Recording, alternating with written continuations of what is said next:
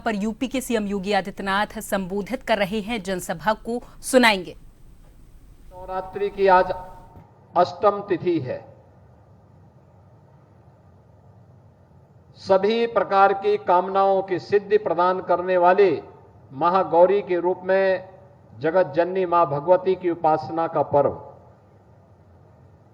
और इस अवसर पर आज गोरखपुर को कई सौगातें प्राप्त हो रही हैं। 1640 करोड़ रुपए की इन परियोजनाओं के लिए मैं आप सभी को, गोरखपुर वासियों को हृदय से बधाई देता हूं, अपनी शुभकामनाएं देता हूं। रामगढ़ ताल, आप में से कोई भी व्यक्ति ऐसा नहीं होगा जिसको रामगढ़ ताल की पुरानी बातें याद न हो। 10 साल पहले क्या स्थिति थी और आज बदले हुए प्रवेश में गोरखपुर के अंदर रामगढ़ ताल अपनी सुंदरता के लिए देश और दुनिया के पर्यटकों को तो आकर्षित कर ही रहा है। गोरखपुर वासियों के लिए, पूर्वांचल वासियों के लिए मनोरंजन का भी और परिवार के साथ भ्रमण करने का एक माध्यम बना है। रामगढ़ ताल के अंदर होने वाली इस भीड़ को देखते हुए एक चैलेंज था कि मोदीपुर के जाम से कैसे मुक्ति मिले। अक्सर होता है कि कहीं जाम लगता है तो मांग होती है कि साहब वहां पे एक एलिवेटेड फ्लाईओवर दे दो या फिर कोई रोड दे दो। कितना ऊपर बढ़ पाएंगे आप? उसका विकल्प ढूंढना पड़ेगा, ड्रेनेज सिस्टम ठीक करना पड़ेगा,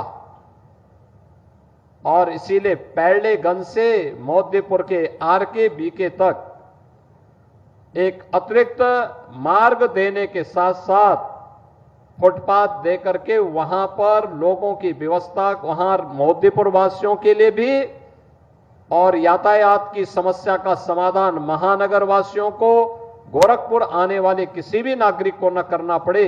आज ये विकल्प दे करके एक बेहतरीन व्यवस्था के साथ मोदीपुर वासियों के जीवन को सहज और सुगम बनाना, गोरखपुर आने वाले नागरिकों की भी ट्रैफिक की समस्या के समाधान करने के लिए आज इस मार्ग का लोकार्पण का कार्यक्रम संपन्न हुआ है। मैं मोदीपुर के साथ साथ पूरे महानगर और गोरखपुर आने वाले सभी नागरिकों का हृदय से इस अवसर पर उन्हें बधाई देता हूं।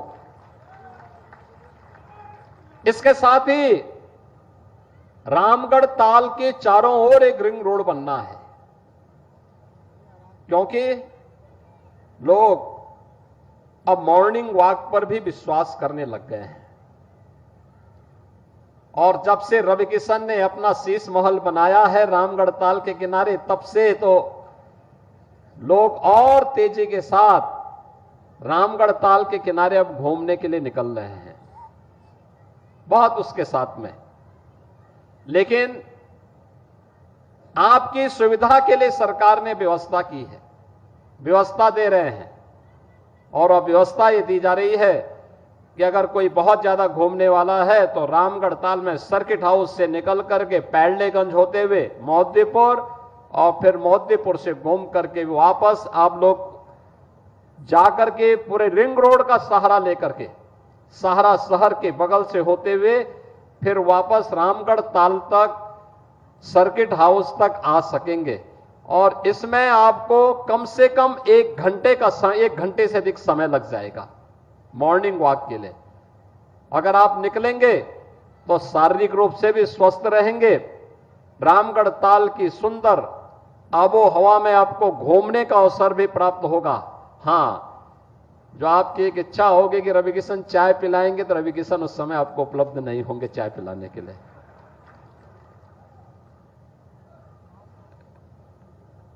तो एक ये सुविधा आज आपको दी जा रही है,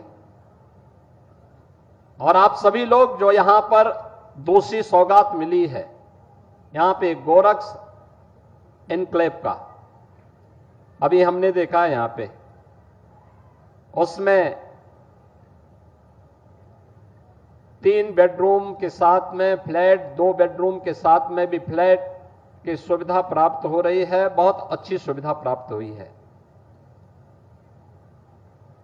ये सुविधा यहां पर आज आपको प्राप्त हो रही है और इसको भी आज हमने लोकार्पित किया है। यानी वासंतीय नवरात्रि के अवसर पर इतने नए परिवार यहां बसेंगे और इस सुंदरता का लाभ लेकर के इस स्थल पर एकदम नजदीक बना है।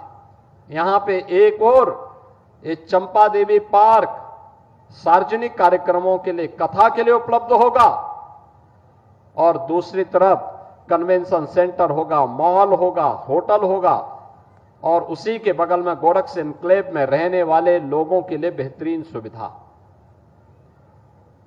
यानी गोरखपुर अब वह सिटी नहीं है जो कभी अपराध के गढ़ के रूप में जाना जाता था, माफियागिरी के लिए जाना जाता था। आज वो गोरखपुर नहीं जिस गोरखपुर की गिनती मच्छर और माफिया से होती थी।